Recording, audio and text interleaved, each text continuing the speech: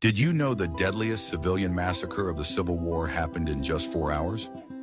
On August 21st, 1863, William Quantrill led 450 Confederate raiders into Lawrence, Kansas at dawn. This wasn't a military target. It was a sleeping town full of families. Quantrill had prepared death lists with specific names of residents to kill. His orders were simple: execute every male over 14 years old. The raiders moved house to house, dragging fathers and sons into the streets. Families watched helplessly as their loved ones were shot point blank. Entire blocks were set on fire with people still trapped inside. Children as young as 14 were gunned down without mercy. For 4 terrifying hours, Lawrence became a killing field. When the smoke cleared, 200 unarmed civilians lay dead. Quantrill had chosen this abolitionist town for total destruction. The massacre shocked both North and South, escalating guerrilla warfare to genocidal levels. One man's calculated hatred had turned neighbor against neighbor forever. Now, this one's a little bit different as compared to any World War II videos that I've done so far, simply because at the time of the Civil War, things like this were a common occurrence, merely because the idea or the concept of rule-based international law or war crimes or crimes against humanity wasn't really much of a thing, really, per se, even though most nations, particularly the European ones, albeit their empires, were keenly aware of it, but that didn't come into fruition in whatsoever in its own right until the 20th century, after the First World War and leading up to World War II and all the way to the end of the Second World War with the establishment of the United Nations, in which things like this became more a common occurrence and more known throughout the world, in which case when war happens and things like this occur in the modern era, individuals who are responsible or partake in events like this will be reprimanded, will be issue warrants whatsoever, and as per be target number one on anybody's enemies list, particularly with any warring nations they may have any issues whatsoever, in which case when said conflict is done, those individuals that are responsible for said atrocities will be put on trial or arrested, unalive and whatnot, in terms of whatever crimes they done as per to this, even though it's pretty much the same thing that's been occurring throughout the modern era, but this one's more different because this happened during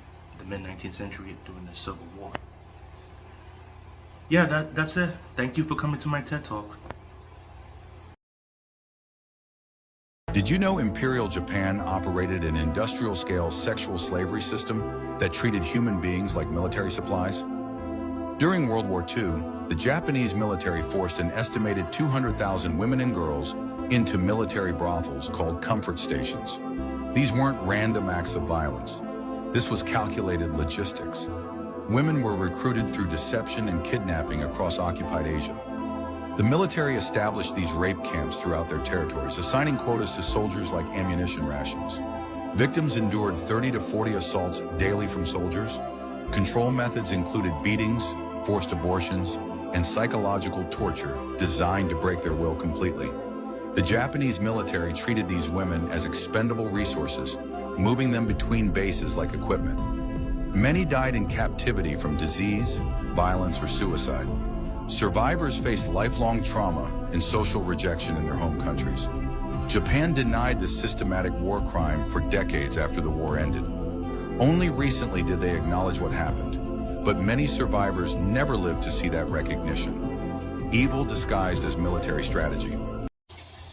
During the Second World War and leading up to the Second World War, as per with the Sino-Japanese War during the 1930s, the Japanese, specifically around the time in 1937 when they invaded Nanking, yeah, they had a tendency of doing this in general.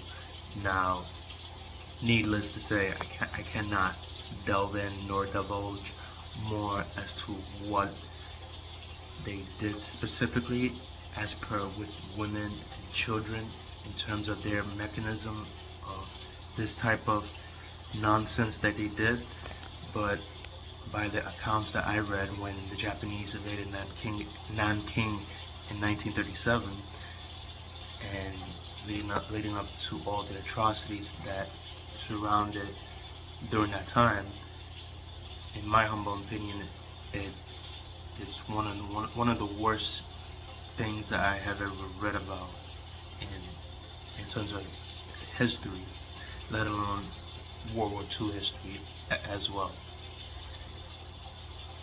In which case, to end this, right?